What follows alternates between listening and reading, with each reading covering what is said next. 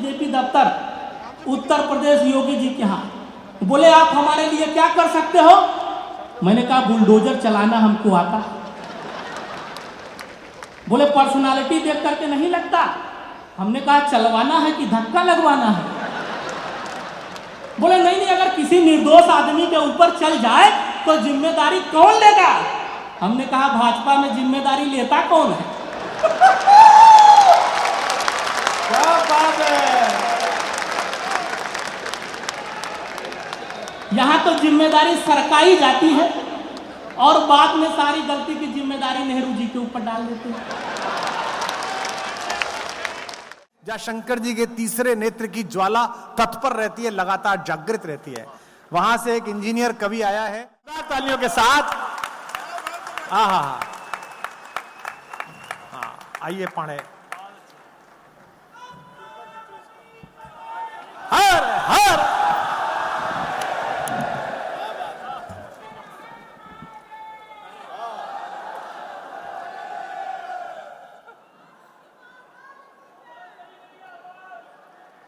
भाई साहब, आप लोग तो वैसे ही ताली बजा दीजिए कि मैं पहला कवि हूं जो आपकी तरफ देख रहा हूं। अच्छा, ये मैं पहली बार, इतने साल में पहली बार किसी लेफ्ट में इतनी जागृति देख रहा हूं। वरना लेफ्ट जैसा पूरे देश में खत्म हुआ, यहां भी खत्म ही था, लेकिन ये जगाए हुए हैं, ये तालियां बजाए हुए हैं भाई। बहुत बहुत प्रणाम करता हूं आप सब लोगों को, आप सभी को प्रणाम करता हूं। भाई साहब, इतना घूर करके हमको मत देखिए।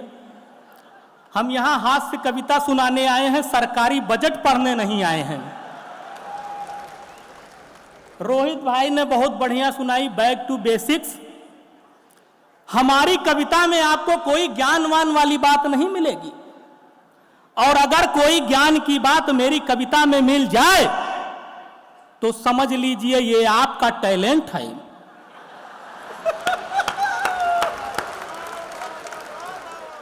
इसके लिए मैंने कोई विशेष मेहनत नहीं की, इसलिए बहुत आनंद से सुनिएगा। मंच बहुत समृद्ध है। आदरणीय डॉक्टर कुमार विश्वास सर, यह कवि सम्मेलन जगत के अमिताभ बच्चन हैं, जैसा मैडम जी ने बताया, तो हमको भी आप सब लोग कार्तिक आर्यन से कम मत समझिए।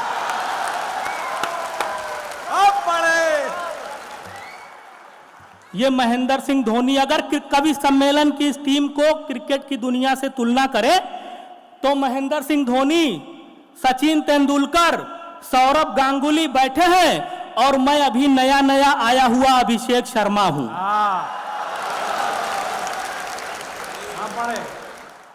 आप सभी को, रायपुर के सभी सच्चे और अच्छे श्रोताओं को विनोद पांडे का प्रणाम। देखिए, आप सब लोग कितने सच्चे और अच्छे हैं इस बात का मुझे आइडिया नहीं है, लेकिन आपको प्रणाम करना मेरी मजबूरी है, क्योंकि मेरा वर्तमान आप सब लोगों के हथेलियों में सुरक्षित है।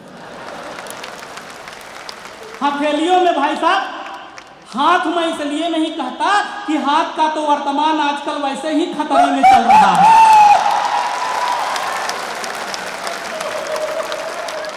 अभी तमाम लोग हमसे बात कर रहे थे कि राहुल गांधी जी, भाई साहब मैं सबके नाम के आगे जी लगाता हूं, अगर कहीं छूट जाए तो आप लोग लगा लीजिएगा, सम्मान सबका बराबर है।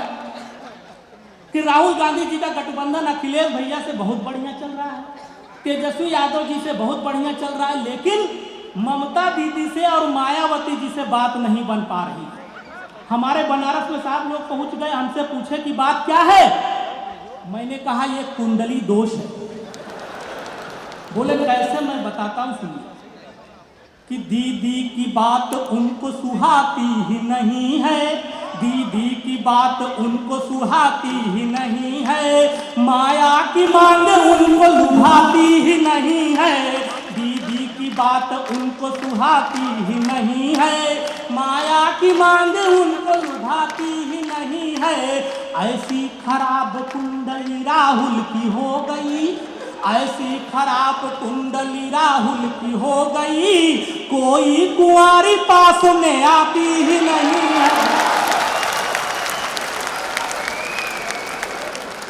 भाई जो सच है मैं बता, लोग तमाम लोग हमसे पूछते हैं कि बिहार बिहार, हमने कहा बिहार में बहुत चुनाव बढ़िया हो रहा है। भाई साहब आप लोग थोड़ा आनंद लीजिए, ऐसा न लगे कि यहाँ जेडीयू के विधायक बैठे हैं और इस टेंशन में बैठे हैं कि कहीं नीतीश कुमार इस बार फिर से न पलटी मार दें। और वैसे भी साहब जिस तरह से भाजपा बिहार में खेल रही है और लालू यादव अपने कुनबे के साथ चापे हुए हैं, हमको लग रहा है कि इस बार नीतीश कुमार का मामला फिर से न गड़बड़ा जाए। तब एक नुक्ता और छोड़ता हूँ, पकड़िएगा कि किस्मत बुलंद चल रही भैया नीतीश की।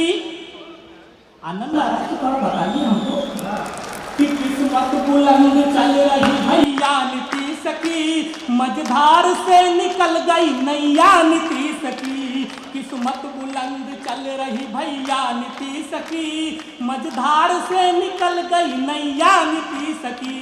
लेकिन अभी भी डर ये बराबर बना हुआ, लेकिन अभी भी डर ये बराबर बना हुआ, लालू न कहीं दूहल गैया नीतीश की।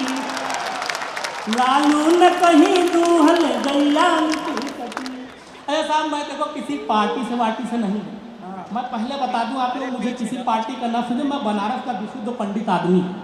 हाँ, एक बार गया था कांग्रेस पार्टी की सदस्यता लेने के लिए। हमको अध्यक्ष महोदय जी ने घूर के देखा, बोला पाड़े हमारी पार्टी के लिए क्या कर सकते हो। मैंने कहा भारत जोड़ो यात्रा। बोले इससे हमारी पार्टी का क्या फायदा होगा। हमने कहा जब आपके युवराज ने किया था तब क्या फायदा हुआ था। अच्छा, उसके बाद हम पहुंचे बीजेपी दफ्तर उत्तर प्रदेश योगी जी के यहाँ। बोले आप हमारे लिए क्या कर सकते हो। मैंने कहा बुलडोजर चलाना हमको आता। बोले पर्सनालिटी देख करके नहीं लगता। हमने कहा चलवाना है कि धक्का लगवाना है। बोले नहीं नहीं, अगर किसी निर्दोष आदमी के ऊपर चल जाए तो जिम्मेदारी कौन लेगा। हमने कहा भाजपा में जिम्मेदारी लेता कौन है। क्या बात है। यहां तो जिम्मेदारी सरकाई जाती है और बाद में सारी गलती की जिम्मेदारी नेहरू जी के ऊपर डाल देते हैं।